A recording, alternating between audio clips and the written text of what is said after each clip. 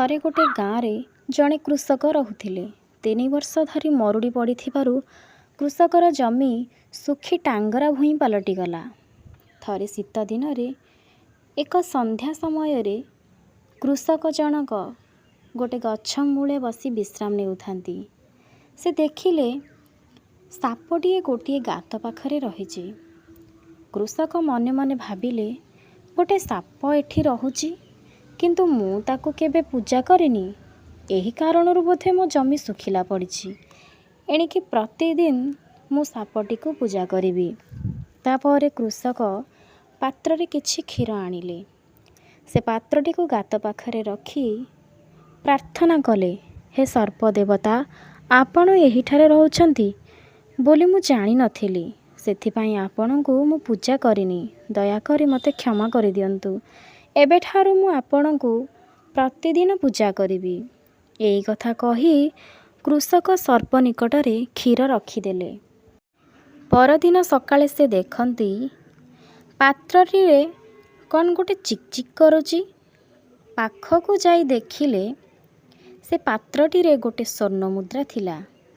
ଏଣିକି ପ୍ରତିଦିନ କୃଷକ ସର୍ପଟିକୁ କ୍ଷୀର ଦେବାକୁ ଲାଗିଲେ, ଆଉ ପ୍ରତିବଦଳରେ ଗୋଟିଏ ଲେଖା ସ୍ୱର୍ଣ୍ଣ ମୁଦ୍ରା ପାଇଲେ। ଦିନେ କୃଷକ ଜଣକ କିଛି ଗୋଟେ କାମରେ ଅନ୍ୟ ଏକ ଗ୍ରାମକୁ ଚାଲିଗଲେ। ଗଲାବେଳେ ପୁଅକୁ ଡାକି କହିଲେ, ସବୁଦିନ କ୍ଷୀର ନେଇ ସର୍ପ ଦେବତାଙ୍କୁ ପୂଜା କରିବାକୁ। ସେଦିନ ସନ୍ଧ୍ୟାରେ କୃଷକଙ୍କ ପୁଅ କ୍ଷୀର ନେଇ ସର୍ପ ନିକଟକୁ ଗଲା। ପରଦିନ ସକାଳେ ପାତ୍ରଟିରେ ଗୋଟିଏ ସ୍ୱର୍ଣ୍ଣ ମୁଦ୍ରା ରହିଥିବାର ଦେଖିଲା। ପୁଅ ଭାବିଲା, ସାପଟି ନିଶ୍ଚୟ କୃପଣ। ସେ ଗାତ ଭିତରେ ବହୁତ ସ୍ୱର୍ଣ୍ଣ ମୁଦ୍ରା ଲୁଚେଇ ରଖିଛି, କିନ୍ତୁ ପ୍ରତିଦିନ ପାତ୍ରଟିରେ ମାତ୍ର ଗୋଟିଏ ସ୍ୱର୍ଣ୍ଣ ମୁଦ୍ରା ଦେଉଛି। ମୁଁ ଯଦି ତାକୁ ମାରିଦେବି, ତାହେଲେ ସବୁଯାକ ସ୍ୱର୍ଣ୍ଣ ମୁଦ୍ରା ଏକାଥରେ ପାଇଯିବି। ପରଦିନ ସାପକୁ କ୍ଷୀର ଦେଲାବେଳେ ପୁଅ ଗୋଟେ ଠେଙ୍ଗାରେ ସାପର ମୁଣ୍ଡକୁ ପିଟିଦେଲା। ସାପ ଭୀଷଣ ଭାବରେ ରାଗିଗଲା। ସେ ପୁଅକୁ ଚୋଟ ମାରିଦେଲା, ଆଉ ପୁଅ ମରିଗଲା। ସାପ ମଧ୍ୟ ଆହତ ହୋଇ ଧୀରେ ଧୀରେ ଗାତ ଭିତରକୁ ଚାଲିଗଲା।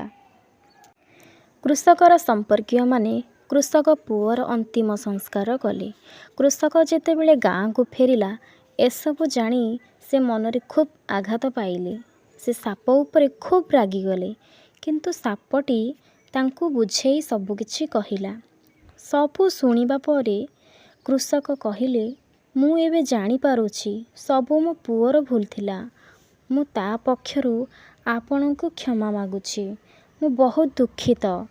ତାପରେ କୃଷକ କ୍ଷୀର ଆଣି ସର୍ପ ନିକଟରେ ଅର୍ପଣ କଲେ, ଆଉ ପୁଣି ନିବେଦନ କଲେ, ଦୟାକରି ମୋ ପୁଅକୁ କ୍ଷମା କରିଦିଅନ୍ତୁ ସର୍ପ ଦେବତା। ସାପ କହିଲା, ପୁଅର ଚିତାକୁ ଦେଖ, ଆଉ ମୋ ମୁଣ୍ଡକୁ ଦେଖ। ଏହା ତୁମ ପୁଅର ଭୁଲ ନଥିଲା କି ମୋର ଭୁଲ ନଥିଲା। ପରିସ୍ଥିତି ହିଁ ସେମିତି ଥିଲା। ତାକୁ କିଏ ବା ଟାଳିଥାନ୍ତା? ପ୍ରକୃତରେ ଆମେ ସମସ୍ତେ ପରିସ୍ଥିତିର ହିଁ ଦାସ।